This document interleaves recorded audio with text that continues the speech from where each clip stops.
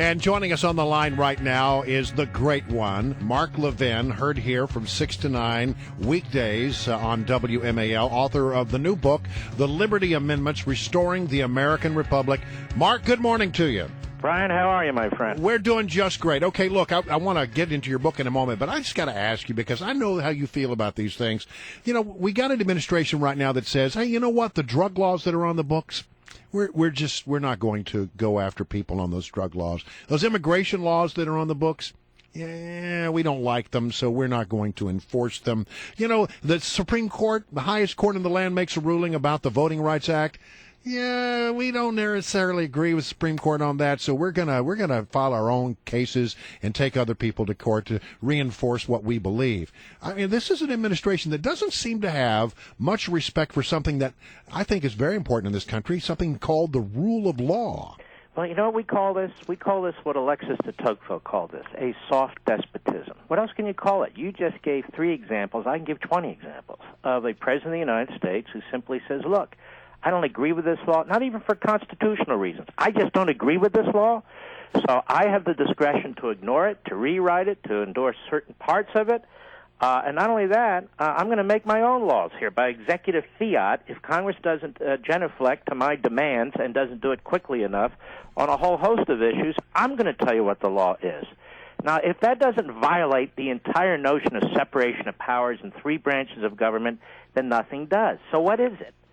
So we've lost it's not a constitutional republic, it's not a federal republic, it's not a representative republic. What is it? And that's the reason, actually, I wrote this book. Mark Levin is our guest, and we're so lucky. You know, think about it. We got Chris Plant, Rush Limbaugh, Sean Hannity, Mark Levin. It's the Mount Rushmore of talk radio. Well, yeah, we just get things going, Mark. You know, while they're your book. It seems like the premise is we have to amend the Constitution to save the Constitution. Have I got that right? Yeah, the premise is that we live in a post-constitutional period. Brian just spoke about it, and, you know, the Supreme Court issues fiats, too. We sit every June on the edge of our chair and hope to God they rule in a way that we agree with. That's absurd. Congress passes these massive laws that doesn't even have the authority to pass under Article I of the Constitution. The president is standing there brazenly saying, hey, look, I'm going to implement this, I'm going to implement that if Congress doesn't do as I wish. You look at what the government's involved in. You say you're a libertarian. I mean, where is any constitutional basis for the government selecting our light bulbs and toilets? Meanwhile, we can't even select our own light bulbs and toilets. But have you ever filled out a tax return? So we're too stupid to pick out a light bulb, and yet we're geniuses enough to work through the Internal Revenue Code. Can you walk us through the amendments quickly? I mean, if people got to buy the book. By the way, everyone is. It's #1 on Amazon. Congratulations for that. Well, I appreciate it. I just want people to understand, I'm not supporting willy-nilly. Here's Mark's amendments, now let's change the Constitution. This is a difficult process, and it's a process that Article 5 provides a convention of states for proposing amendments to the states. Just like Congress proposing amendments to the states bypass Congress, bypass the federal government, which will never reform itself, and they propose amendments to the states, and 3/4 of the states still have to ratify. So it's not a simple process. Look, I have 11 amendments that I propose, and the purpose is to rebalance and to promote federalism. Conservatives say they support state sovereignty. Well, now it's time to put up or shut up. Either the federal government's too big, it's a federal leviathan, or it's not. These amendments are common sense. Each chapter is based on scholarship from the founding, whether it's the Constitutional Convention in Philly or the state conventions. Things such as term limits for members of Congress, term limits for Supreme Court justices, the ability of 3/5 of Congress and 3/5 of the states to overturn a majority Supreme Court decision. I want to warn people that 3/5 is not easy to get. We didn't get 3/5 of the states signing a brief against Obamacare. But still, there needs to be some recourse for the public, not majoritarianism, not popular election, but representative government, true representative government for the people to participate in this process. There are other suggestions in here, a cap on spending, a cap on borrowing, a cap on taxes, because Congress is incapable of saving us from Congress, and Congress will not reform Congress. And this is the general point throughout all these amendments, which is the federal government has designed this. The states that breathe life into the federal government don't even matter anymore. They don't even have a say in federal legislation. They're treated like lobbyists, if even that. And the states exist to create a buffer between us and the federal government. And, I would make the point, I know there are a lot of blue states. I look across the Potomac. I feel terrible for my friends in Maryland. I know some states have been just as horrific as the federal government itself.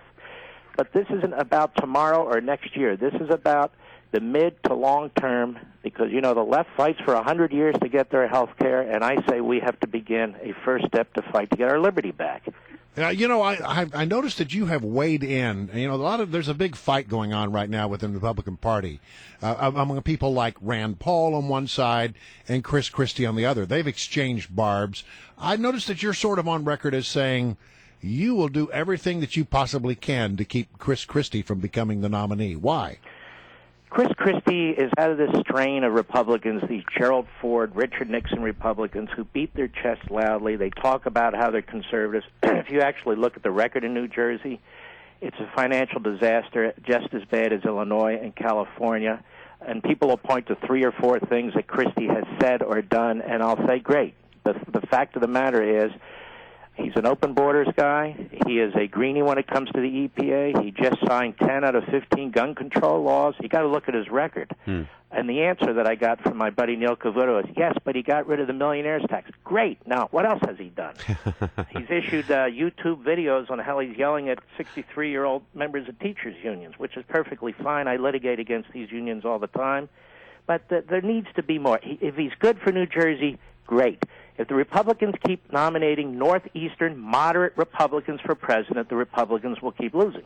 He is the great one. He's Mark Levin. His brand new book, The Liberty Amendments, Restoring the American Republic, is available now, #1 at Amazon. And by the way, Mark is going to have a book signing. Oh, man, they'll be lined up around the block. Saturday, August 24th, 10 a.m. at the Barnes & Noble at Tyson's Corner Mall in Virginia. You just mentioned real fast how you feel sorry for Maryland. You are a Virginia resident. You're part of our morning audience every day, Mark, and I'd love for you to chime in on local politics. What do you think of how the governor's race is shaping up in Virginia?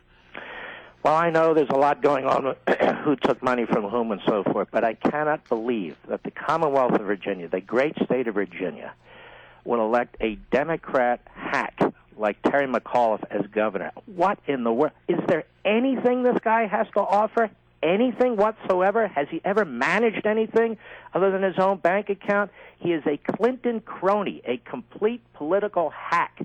Ken Cuccinelli was the first guy to take on Obamacare and had the first win, and he's done some other great things as Attorney General of Virginia.